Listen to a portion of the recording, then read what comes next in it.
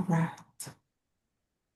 So, Rahel, welcome to our meeting, to our conversation today. It's so good to have you with us here in Brazil and connecting people from all over the world. It is such a delight. I can't believe we're actually got to this point. You and I have been in conversation regularly for a long time. So to open up Yeah. um, this conversation to a larger community feels just a real privilege. Thank you for everybody to be here. So, Rahel and I, we met when we studied at TCS, Team Coaching Studio in the UK. We are both graduates from the diploma in team coaching. And I don't know how, but I think for 12 months now, we've been connecting monthly, once a month, to exchange experiences, to catch up, to talk about life, right, Rahel? Absolutely. And and a few months ago, we decided to open our monthly conversation and invite more people in. So let's see what is possible when we invite more people into our conversation. And I'm an executive and team coach. I work externally to organizations. I'm also a faculty member and a supervisor at TCS. So I hold team coaching close to my heart. And I know Rahel does that as well. So Rahel, can you introduce yourself a little bit so people can hear your voice a little bit more? Absolutely. Yes, we met TCS, it's almost 3 years ago now. So, what I do is actually slightly different from what you do, Carolyn. I'm an internal coach. So, I work inside an organization as an internal coach. So, all of the work that I do as an executive coach and as a team coach is done for employees of the company. And I just want to clarify that here, I'm going to be talking about my experience as an internal coach, but I'm not really representing or don't want to really talk about the company itself. I just want to talk about my own experience as a coach. So I just Mhm. want to make that distinction. Yeah. Yeah, So we are going to talk about team coaching through two perspectives, internal and external. And I think one of the things that we've been discussing is like, what is the role of HR when we work externally and internally as well? So we are going to explore that a little bit throughout our conversation. And the way we designed this today is like to have like two main blocks. One block with a little bit of concepts and how do we see or perceive team coaching, who is our client. So from the internal and external perspective, we are going to close the chat during this part of the conversation so we don't get distracted. And then we are going to open the chat to include more voices. So you can unmute yourself or you can write your questions in the chat. Please keep doing your notes on your side. If you have any questions, please write it down and then we can listen to this when is the time during a conversation. The second part is around how do we do team coaching. So who we are and what are our philosophy, a little bit about our philosophy as team coaches, and the second part around how do we do team coaching internally and externally. And then we are going to open the chat again to invite you to contribute with us. Yeah, is that it, Rahel? I think that's Anything? it. Yes, um, exactly. That's what we agreed. Yeah. Okay. So shall we start? Where to begin? So we have a few questions that we want to explore with you. And the first one is what do we understand as coaching, Rahel? Shall we deep dive on that? Yes, let's do that. Um, shall I start with what coaching means to me? Yes, please. It's a funny thing, but as long as I've been doing this, and I've been coaching for the last since 2013, that's when I started coaching. And I'll just a little bit of my own experience of why I started coaching. Before I went to coaching, I actually led large teams. So at the largest, I was a director with 500 employees worldwide. Um, and in retrospect, I got to the point where I really wished that I had a partner, a partner that could help me think about things, but not in a business way. Just needed somebody to help me partner with me in a different way. I Yeah. couldn't figure out what that was. Um, and so to me, coaching is somebody who believes that I'm fully capable. I don't really need to be fixed, right? Mhm. That I know I can figure out the direction that I want, but who can partner with me Mhm. and like a mirror, can show me what I don't see about myself so that I can get stronger and also so that I can get out of my way and make choices. So Mhm. sometimes I find myself like only seeing one option, but with a coach I can see other options and I can choose that same option, but I can choose Mhm. all. I know that there are other options as well. So for me, coaching is partnering, it's mirroring, it is challenging. So, but and it's holding confidence for me, for the Mhm. for the for the for the for the person. So that's what I'm coaching. That's what I'm attempting to give a leader. Yeah. What does it mean to you? I think building on what you just said, I think coaching is awareness, is about creating awareness. So when you see making more optionals available or to creating more opportunities, different things, and by having more awareness, we can access our own responsibility, our own accountability to make those choices. And something that is really, really interesting is that this concept of coaching can be translated into executive coaching and team coaching as well. So when we Yes. work with a team, we are helping the team to create better awareness and to make better choices, to gain awareness.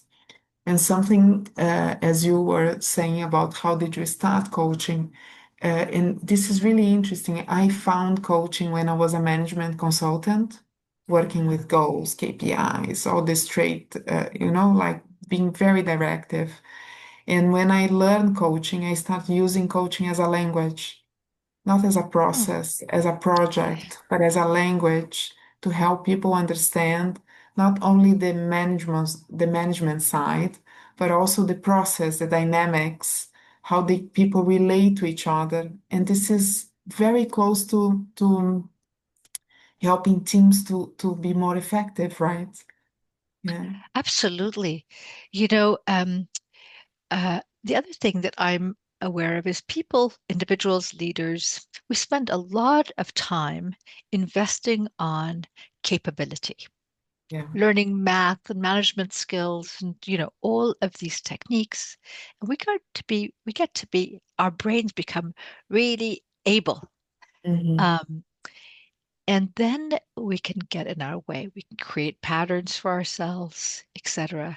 And so to me, it's an equal partner. If you have the strong capability, but you don't have the self-awareness, Yeah. you don't achieve, right? You get in your way, or you create difficulties so that your team doesn't achieve its full Yeah. potential, right? Yeah. So Yeah. both are necessary. Yeah, yeah. So now you are naming something that I think is really important is to understand the patterns. Mm. So what we become aware of when we are under a coaching, the coaching project or the coaching um, in a coaching engagement. So we can learn about patterns, we can learn about what is working and what's not working. So, and it's not for us to say, as you said, it's for us to mirror, to hold that mirror, to be the sounding board for them. Yeah. Yeah. When I first started coaching, I used to think I have to know all of the different patterns, and I have to know, like, I need to name it. Like, as though I was supposed to be like a doctor, right? That I could, take the heartbeat and say, oh, this person has this malady, right? Um, but what I've learned over the years is, and as I became, I think a better coach all the time, I realized that actually I just need to notice that there is a pattern, that I see, oh, something is the same as happening. I like, listen in a different way so that I can see, oh, what am I seeing? And then Mhm, reflect that back to the client. And mhm, invariably, every time when you mirror back, they see it more clearly than you would ever notice, mhm, mhm. right? Yeah, Yeah. that's amazing. Yeah, I found really amazing when we help them to see better. There's a great Yeah. professor in coaching that says that our work as a coach, team coach or executive coach, is not to Yeah. help our client to feel better, but to see better. See better. Ah, it's a good one. To Yeah, see better. so Yeah. to see better. And Rahel, one thing that is a big question in coaching, externally and internally, is who is our client? And I Mm. would love to hear from you. How do you deal with your multiple clients, and who is your client, and how do you deal with multiple levels of clients inside, working from inside an organization? It's a really tricky one. And I remember when I was interviewing for the position that I have now in 2019, because this question of who's my client was really confusing for me. Mhm, Because one client, so I'll go from the bottom up. For me, there's no the first client, the important client. Actually, that's not even the right word. Well, one client is the leader that I'm working with or the team, yeah. right? So who is Um, figure? Can I say that who is figure for you? Yeah. who's yes, yes, exactly. So that's who I am doing the work, who I'm mirroring, whose pattern I'm noticing, and I'm doing my work. But there are now I also want to call them partners. Mhm, The other partner and their client also, because I have to contract with them also, is the leader's manager and their mhm, HRBP or mhm, their HR manager, right? mhm, Because they have a role in this leader's development and there's leader's success, and they see things that I or the leader may not see, right? mhm, And they have mhm, responsibility. mhm. Um, and you also have to think about who is paying my salary, Yeah. right? So the company that that employs me for my services is also my client. And I have a different contract with each one of those clients. Mhm. Does that make And sense?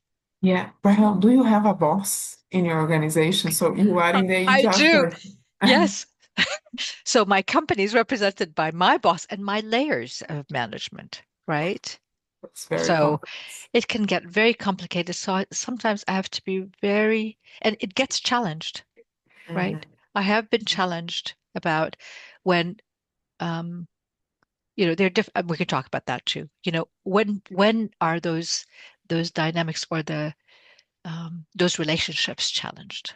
It yeah, can be tricky. Yeah. yeah, yeah.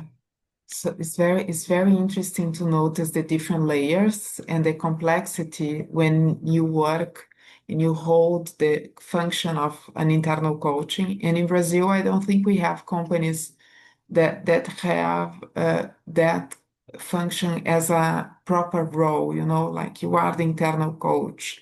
I know some companies are starting to name functions as or roles as coaches, but I don't think it means the same for us I uh, see. in the coaching industry. But many HRBPs hold the responsibility to use coaching as a language, as a way of relating to leaders and teams in Brazil. So, and it's very interesting to hear from you the awareness you have around the system. Yes. So, the system and the influence you can have regarding culture, regarding power and dynamics. Does that make sense, Rahel? Yes, and understanding that system, which is why the HRBP can be an important partner, Yeah. because I may understand the larger system, Mm. but in a large company like the one I work in, the specific culture, the dynamics, and the power dynamics within that particular environment could be Yeah. very different. And the HR manager usually has a very good pulse on that. Yeah. Yeah. Yeah, I can relate to that, Rahel. Yeah. I've been working with companies as an external coach, and something that TCS defends and it resonates with Georgina's methodology is that when we talk about team coaching and now emergent team coaching, uh, our client, we are through the team accessing the whole system. Hmm. So, because the team holds information about the culture, and if we work with that team, it's like we are working with it's a subsystem of a larger system. So, Yes. if we help the teams to function better, it will resonate in the organization somehow through resonance, to energy. I don't know. Through does that make sense to you, Rahel? Well, um, very loosely, and I don't want to go down this path, but Yeah, it's yeah, almost like healing families, yeah, yeah, right? yeah, It's like family dynamics, right? yeah, So if you heal one person, the di everything else changes about the system because yeah. one person's reactions It's, becomes different, yeah. right? If you Yeah. have multiples, yes, you affect the system. You inform the system and you affect it by touching any member, Yeah, right? and it's important to take a step back as an external coach, to take a step back and to take the time to observe the system. And you were telling us about how you see the HR holding a pulse on what's happening. And in my experience, I think the HR they have a lot of good perception. Good, they can notice what's happening, but Yes, sometimes they need a little bit of help on how to intervene. So coaching it might be a way of intervening and helping the system to mature or to become more aware. yeah. And it's very interesting. I've been working with a few HR, a few teams and a few HRs as my co-coach.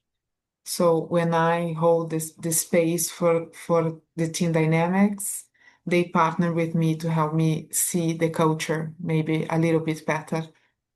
And this can be really interesting to understand how us as external coaches can partner with someone, an internal coach or someone who holds that capacity to help the team to create better awareness or more awareness and more, and therefore more responsibility around their reality. Yeah. I was thinking before we got on this call, I was thinking back to all of the team coaching that I have done, Mhm. and I've never done a team coaching without the HR manager. Yeah. So they're always a partner because, as you said, it also helps you understand the language Yeah. of this team, right? Mhm. Um, and it's such a complex Mhm. environment that if we don't have an HR person who understands the dynamic and hears the stories and the situation somewhat the same way that could interpret for us, Yeah. we can't know enough to really be And useful, right? And we won't be able yeah. to listen for the right and pick up on the right patterns.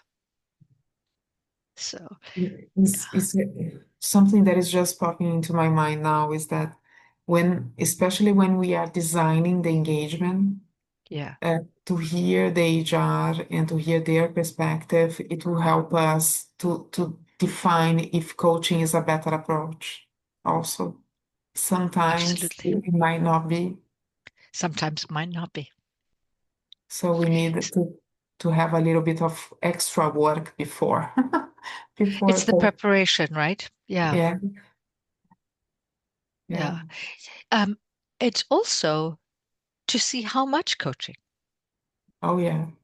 right? Mm, Um, I did I had an engagement last year in Italy actually with a team that was mostly based in Europe, and we started some team coaching, but we turned out and it was with the HR manager's insight. Once we did the very first session and we brought some awareness, mm, the job was done. They didn't need any more, mm, right? mm, We thought that they were going to be needing a lot more a lot more work together. But once we opened it up and they got to see each other, they were in that situation. There was some lack of trust just because they didn't know each other. mhm. All they needed was just to be in a room and create a container where they could sort of be in a room and see each other and Yeah, see that they were all in the same. Once you did that, the work was done. And yeah, so my job was to get out of the way. yeah. It's amazing, isn't it? It's It's great. amazing. I just wanna name something because you said a few times now. I help the team members to see each other. So it's Yeah, so powerful when we help team members, people to get in contact with each other to create yes, trust. And I think that's the basic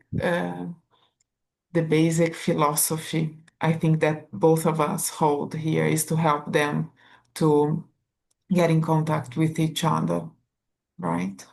yeah, And then to build trust, and then so trust and then psychological safety, so things can be there for them, can yeah. emerge there. Yeah. Rahel, I think it's a good time for us to open the chat or invite people in because I think we are moving towards the structure. Okay. Yay. Love to hear from people. So, uh, thank you for listening. And I'm not sure. Here. Let me see if I can do that. Okay. So, we are taking a pause here, and we would like to invite anyone who has any questions, please type in the chat in Portuguese or English. We'll have to translate. And if you're feeling courageous today, you can open your mic and speak in Portuguese or English. Valéria, I can see you open your mic. Please. Olá, tudo bem? Eu queria saber se eles conseguem medir de alguma forma o impacto que traz ter um coach dentro da organização, né? E até um comparativo de quem não usa esse profissional dentro da organização. Se eles conseguem medir isso de alguma forma, em performance de equipe ou em clima, se existe isso. Ok, obrigada, Valéria. Excelente pergunta. Rahel, I think Gustavo is translating that for you. Yes. Okay.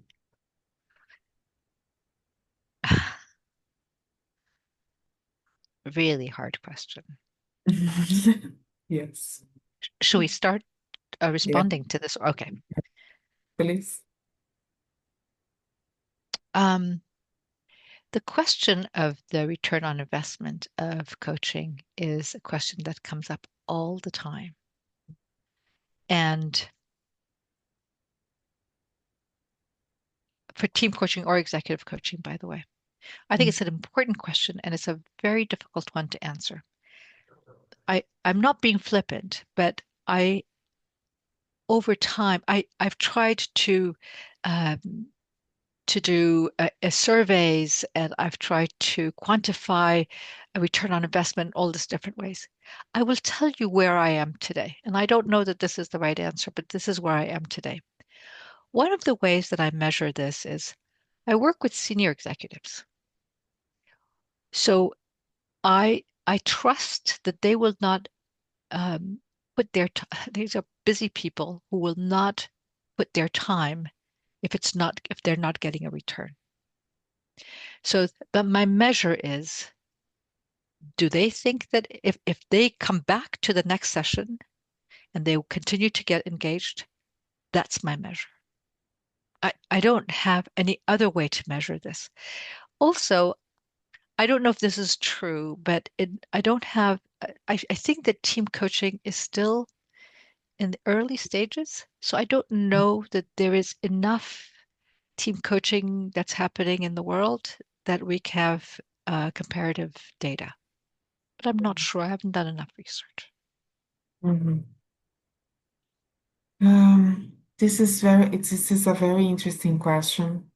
What I remember, what I can maybe build on what you just said, Rahel, is once I heard Georgina say when maybe a CEO or a manager call us and say, "Hey, I need to increase our revenue. Please do some team coaching with my sales team." And then what I understood her answer was is like, what behaviors will increase the sales? Mhm. And then we can coach around the behaviors and not to increase the sales because we are not going to be there to help them increase the sales all the time. We are not going to be there.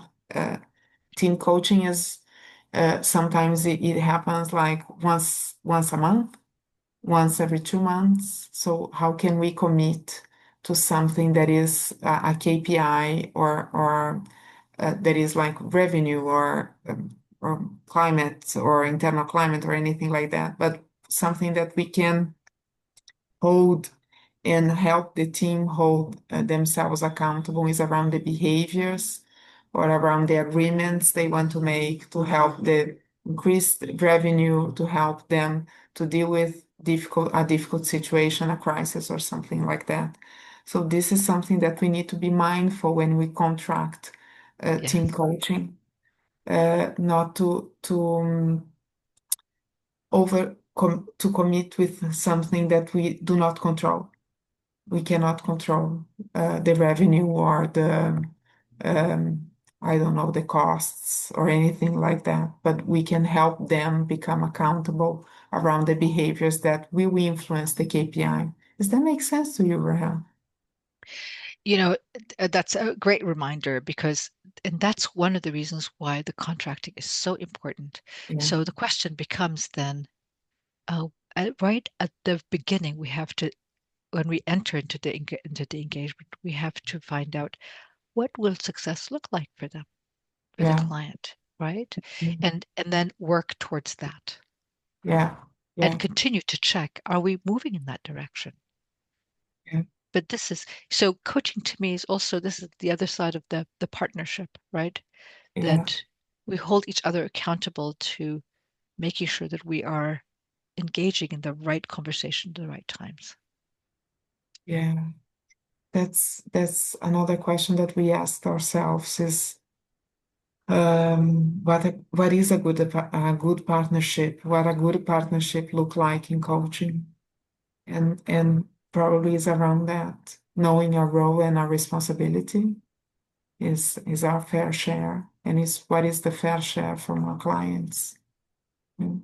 And that's maybe that's something that need to be voiced or make it explicit during the contract phase and always be contracting, né? Always Always be. be contracting. Yeah. Yeah. We have another question here. Uh, okay, we have another question here around Kirsten is asking us, I'm wondering if you consider customers, internal or external, a client also. That's a great question, Kirsten. I would love to hear more about what she means by external, internal or external customers. Kirsten, Yeah, are I'm you? happy to speak. I'm sorry it's a bit dark on my screen at the moment. I can't move to anywhere else at the moment. Okay. Apologies for that. Yes, I mean, because customers, whether they're other departments, other services internally or external customers, I suppose are the ultimate who things are in Measure. service of. You Mhm. Mhm. know, like, is this helping to serve, the purpose of the team to serve some other group or, yeah. Yeah. So that was where my question was coming from. Can I try? Yeah. To be honest, I don't think of them as my client. I think of them as the client of my client. If I make the distinction, right? Mhm. So I certainly, so some clients that I'm working with are measuring their success by the feedback from their client. That's an important voice we need to hear so that we can partner with our client to make sure that we are attending to that voice. But I'm not directly considering that internal or external client my client. And yeah, and if I can add something, sometimes that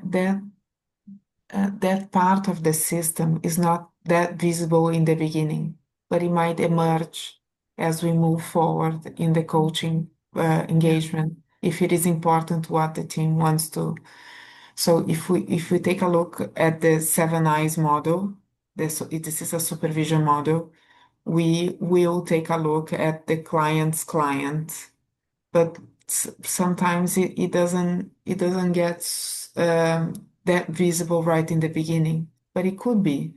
It could Yeah. be something that it will emerge throughout the conversation, or we can, if this is part of our philosophy and stance as a coach, invite the client's client into the room and say, if your client was here, what could the client be thinking or needed at this point here in your conversation, something like that, if that makes sense, Kristen. It does. Thank you. Thank you. Thank you for the wonderful question. It's a good Yeah. one. It's a good one. All right. So anyone else, would you like to be courageous? Open the mic. Yeah, Alexandre, please. Well, Yeah. hello. Um, Great insights so far. I have a question regarding how do you address the collective knowledge of the team? How do you start? Can you say a little bit more about what do you understand about collective knowledge? Well, I understand. I'm not focusing on team coaching myself, but as group coach, Okay. it's related, but not. Yeah. It's similar, but not the same. Yeah. And normally I address the collective knowledge of the group to bring up to as a body of knowledge, not as an individual. Mhm. And my question is, how do you address this in a team, inside a team? Because normally I have a common interest, not a common objective. Yeah. Okay. Yeah. I think this will help us land the second part of our conversation, Alexandre. So Okay. thank you If for you your want to question. bring later, there's no problem. Yeah, I think the second part will Okay. answer That's your good. question, but if it doesn't, I'm available to keep the discussion. Okay, Okay. if you need any help. Okay, Thanks. no worries. So I'm closing the chat so Rahel and I can move forward and talk a little bit about structure. How do we do team coaching? So Rahel, maybe before we start, should we address the difference between groups and teams? Yeah. So because that will influence the way we. Yeah. So this is framing a little bit, right? So group is a group of individuals with a common interest. They come, they get together, and then they move away from the engagement. And what matters is their development as individuals in a group setting. So it's a bit different from what we consider as team. Teams when we work with all the team members, the individual as an entity. So Allard loves the hand analogy metaphor, don't know. So he says like every finger is a team member. So if we are in group coaching, we are looking at the fingers, but if we are in the team, we are looking at the hand as a whole entity. So it's a bit different. So our work as team coach, it is to help help them to create more awareness about their collective wisdom, their collective knowledge as well, so they can decide what to do with that. Rahel, how do you see, anything you'd like to add around this first? I think it's also the very first thing we have to establish, right?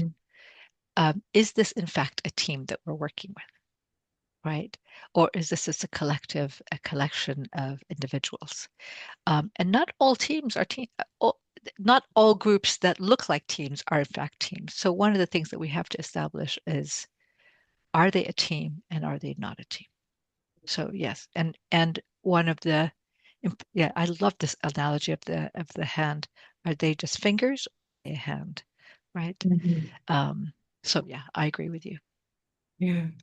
So one of the things that Rahel and we are big fans is like working through to have a minimal viable structure that help us understand help us attune to what's in the room.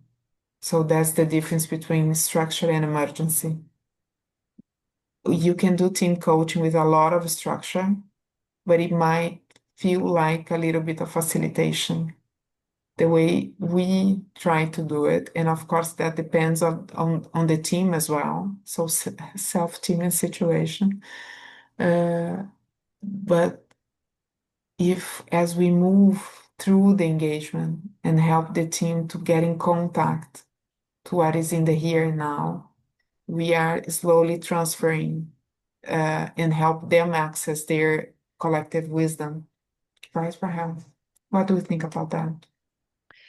Yes, I mean, back to Alexander's question. I walk into the team assuming there's a lot of wisdom, which for me is why I need to go in prepared. So there's a lot of preparing that I do to prepare me so that I can be ready to listen and to hear and to notice.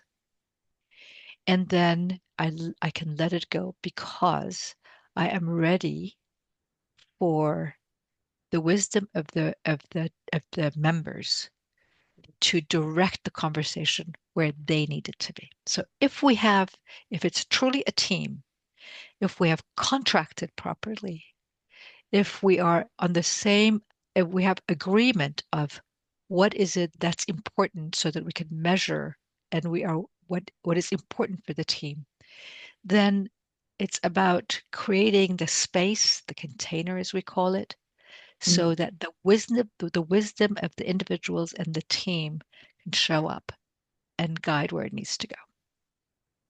And our role becomes noticing and naming, really, right? Yeah. So things to bear in mind. So how do we know if we are in front of a team or in front of a group starting their journey to become a team?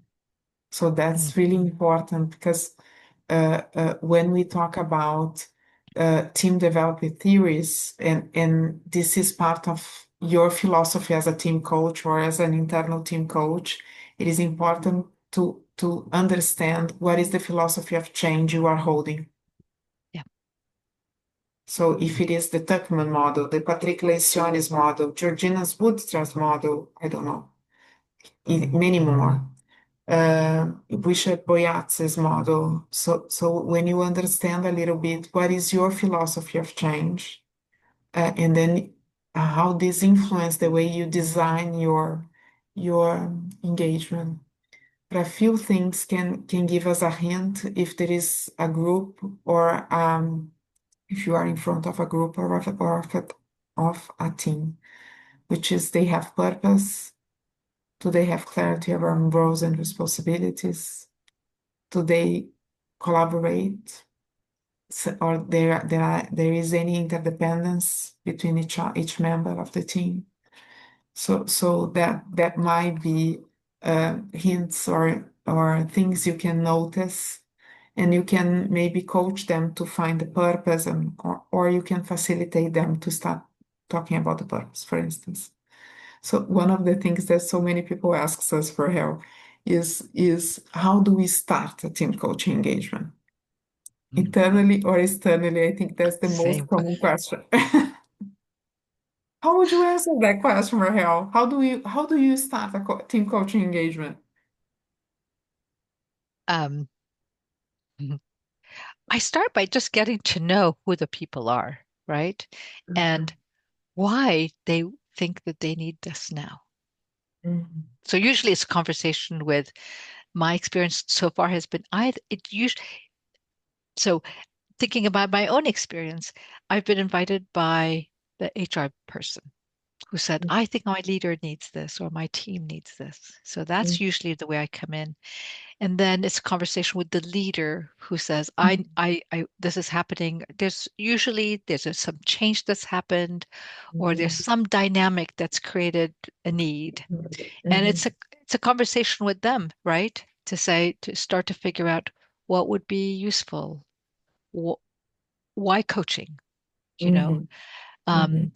is so really peel together, what is it that they need?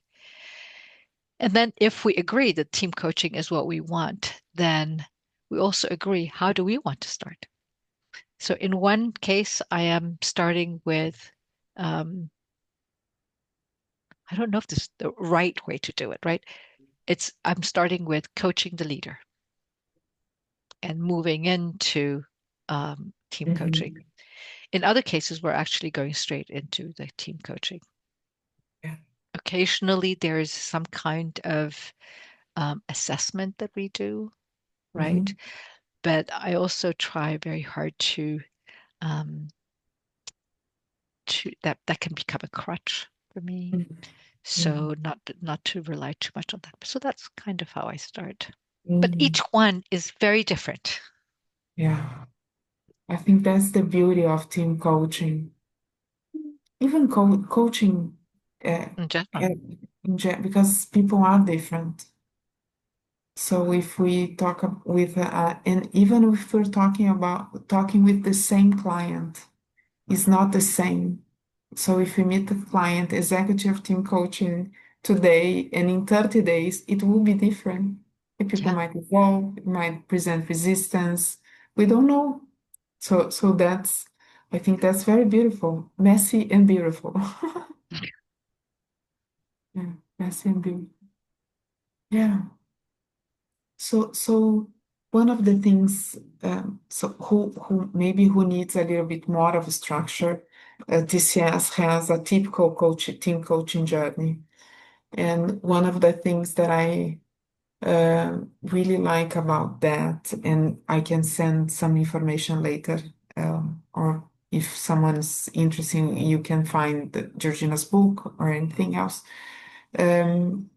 is the idea of helping the team members to get in contact, creating a contract, and creating the conditions and investing time to create the conditions so the work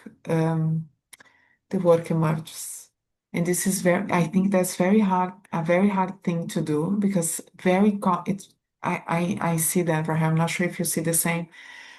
You need more structure in the beginning to create Yes. psychological safety, Yes. to create the ground rules, to help the team to form, because usually it's not a team, it's a group. So they need Yes. more contain more guardrails. Is that a word? Guardrails. Yes. Yes. Yeah. Yeah. So more structure in the beginning to help the team understand that nothing bad will happen. Let's say that nothing. It is okay to take risks. Let's say. Let's Yeah. talk like this. Does that make You know, sense to you? it's a lovely way to put it, and this is how I've internalized that. Uh, that's how I gain trust and credibility, right? So the team shouldn't just be able to walk in and say, "Oh, I've got a title, so they should trust and work with me." That doesn't work. I Yeah. have to earn the credibility to host the space, right? And so we need a little bit more structure. And once we have that and people know what we're up to, how we're up to, they know me a little bit, and we know each other, and there's some safety, then we can let go of this, Yeah. and the messiness can come, and that's when the work really begins. Yeah. Yeah. Yeah. Now what is in my mind is the three modes that we learn at TCS: mode one, facilitative; mode two, the ability to go into the balcony and see patterns; and mode three, where we embrace use ourselves. So it's very interesting to maybe to test the water a little bit and to in the beginning with a little bit more structure to give to feedback some patterns or to Yeah, use itself and to check is this resonating with the team so we can see if they are ready yeah, or they need more structure yet. They need this structure. Yeah. yes. Yeah. Rahel, I can see the time is flying. So we have Wow. 8 minutes together.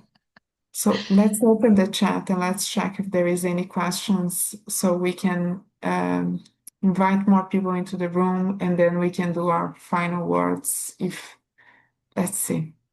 Can we do Yeah. that, right? So if you're feeling courageous today and you want to open your mic and ask a question, please do.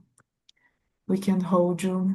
And if not, please put your question in the chat in Portuguese or English. That's all right.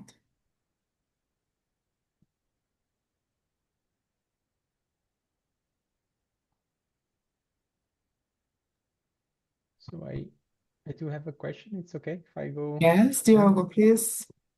Yeah. So a bit of a provocative one, Rahel, but I was just thinking, if you could design it from scratch today, considering your experience as an internal coach and knowing all that you know about the kind of the pros and cons of both internal and external, would you go internal or external? Ah, yes. Um, so so I used to be an external coach, right? And then in 2019, I went internal. It was a very big decision. And I'll tell you, this has been an incredible experience for me. And I learned some things that I don't know that I would have learned if I had stayed outside. Now, I don't know that I will always remain an internal coach, right? But, um, and I'll tell you some of the challenges. I love that I understand the system that my clients are living in. And so I can really put myself in their shoes. But that can get tricky because I can get too much in their shoes. So the hard work for me is and when I'm present to myself, I'm more aware of this. And when I'm not, I trip over myself. Is that I need to do harder work with myself so that I can be clean, right? So that I can be available to really see their patterns and I don't get my own messy situation in the room, right? So that's the challenge that I'm grappling with now, right? And so at some point I might choose to not carry that. So I don't know that there's some trade-offs. There's some trade-offs. But does that answer your question? It's a really good one, and one I ask myself often. No, absolutely. I was just asking because from looking from the outside, it does seem to be more challenging to be on the inside. Of course, then there's all like career stuff, it's more stable, that sort of thing. Yeah. But there seem to be a number of challenges. That's why I was just curious to see if you would go with something like, oh, I would absolutely be an external one. But I see that it's just a new type of challenge for you to go through this over-identification you're talking about. So I'll just add one more. Two things are really important. One, community, right? So Caroline, staying in touch, it's been an anchor for me. So the second one is to maintain a clean contract with my management, right? So this is what I'm doing. This is how I do it, so that you can continue to be clean about your contract with your company. They're a client too, right? So so that's helps me. Thanks. Thank you, Joe. I just want to say that us as external coaches, we need to work on ourselves as well, not to be engaged in parallel process. More often than not, we start to behave as our clients, or as we start to blend into their culture. So if we don't have a supervisor or any other way to detach from their reality to see better, it can be really tricky. Okay. Rahel, now we have loads of questions and we have 2 minutes. What do we do? We try to answer what we can, and the rest we answer offline. Is that an option? Is that okay? Wonderful. So let's see. There is a question here about how do you prepare yourself for a team for a coaching meeting, but I think it is like self-work, right? As we just mentioned. Yeah. Okay. So Margaret, it's more around self-work and self-awareness than something that we need to do. It's more like what we need to be. Francisco is asking, what are some practical steps a manager can take to act more as a coach for their team members? Okay, I can answer that. I can answer that. I can see. I can see. Listen. Yes. I can do that. Francisco, I teach conscious team management for leaders. And one of the things that I usually practice with them is listening the team, not the individuals, but the team. So remember when we said about the fingers is the individuals? So leaders, they are great leading individuals, but sometimes they are not so great leading the hand. So a way to start is listening to the relationships between team members. So usually when I teach that, I write on a whiteboard, 1 + 1 = 5, whatever. And then we say, what are the leaders' work when working with the team? It's not that 1 and 1. To foster teamwork as a leader, you need to work on the plus. So it's in the relationship between them. So for me, that's the first step. Help the leaders to listen to the relationships between people, the contact between people. Okay? Does that make sense? Rahel, anything you'd like to add? I would just like to add one more, and I see this with the leaders that I'm working with, to be clear about what's your role. Oh, yeah. Right. Yeah. Okay. One more. And I can help there. Do you have 4 minutes? Yeah, I'm good. Yes. Okay. And then I can help Vera offline.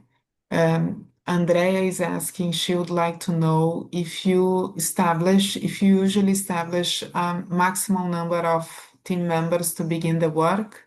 And is there a number for the maximum of the team? Maximum team members? I think there's a maximum number. It's not a fixed number, but I think if you're too big, you can't really make decisions effectively. So you're too big as a team. I find good team size 8 to 12 is approximate, but I don't have a fixed number. Yeah. Georgina usually say that the great amount of team members is the one that makes the work they need to be doing possible. Yes. Yeah. So if they a strategic team, they need to make decisions. But if 15 in the room, they will not make a decision with 15 people. Hard. It's Yeah. very hard. So that's the more or less. So Vera, I'll answer you offline. I will check with Rahel and I send you a WhatsApp message. Looks like people are starting to leave. Yeah.